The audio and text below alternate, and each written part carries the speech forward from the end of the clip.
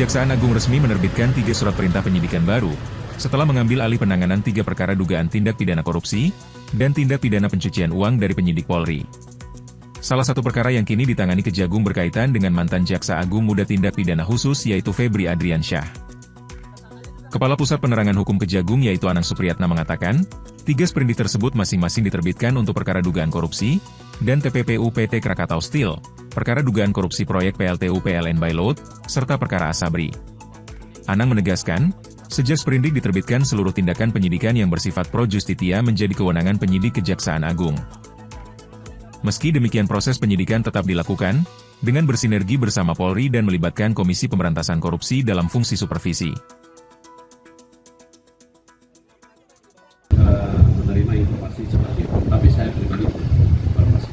Belum ada kepastian Pak tadi.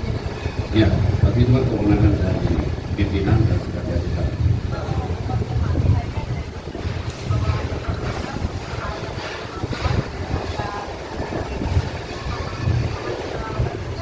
Baik, Pak memang hari ini, per hari dari kemarin secara berlanjut telah dilakukan penyerahan sejumlah barang bukti terkait dengan kasus dugaan tindak pidana korupsi dan TPPU dalam 3 perkara dari penyidik Polri kepada penyidik di Kejaksaan Agung. Dan saat ini Kejaksaan Agung telah menerbitkan sprindik sebanyak 3 sprindik. Ada 3 yaitu terkait sprindik nomor 43 dugaan tindak pidana korupsi dan TPPU untuk PT Krakatau.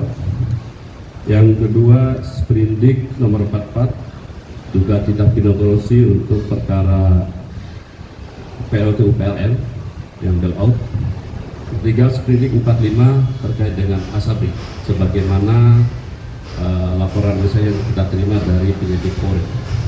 Jadi sudah dibentuk dan semenjak diterbitkan sprindik maka segala kegiatan dan tindakan-tindakan yang bersifat pro justisia sudah beralih kepada penyidik kejaksaan.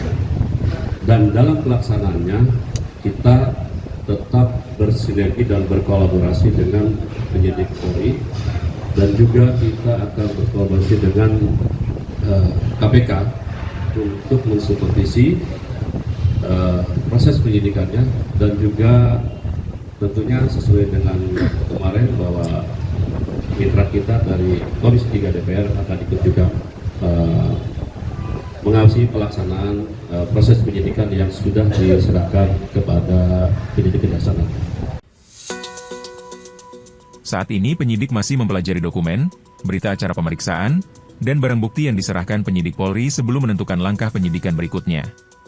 Hingga kini Kejagung baru menerima sprindik umum, beserta dokumen dan barang bukti. Adapun terkait penetapan tersangka maupun kemungkinan pengembangan perkara, seluruhnya masih menunggu hasil penelitian terhadap kelengkapan formil dan material perkara.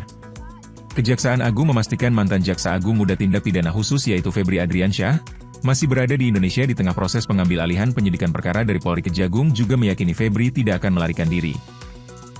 Kepala Pusat Penerangan Hukum Kejagung yaitu Anang Supriyatna mengatakan, pihaknya belum menjadwalkan pemeriksaan terhadap Febri, karena penyidik masih menunggu seluruh dokumen dan barang bukti dari Polri. Kejagung yakin Febri tidak melarikan diri.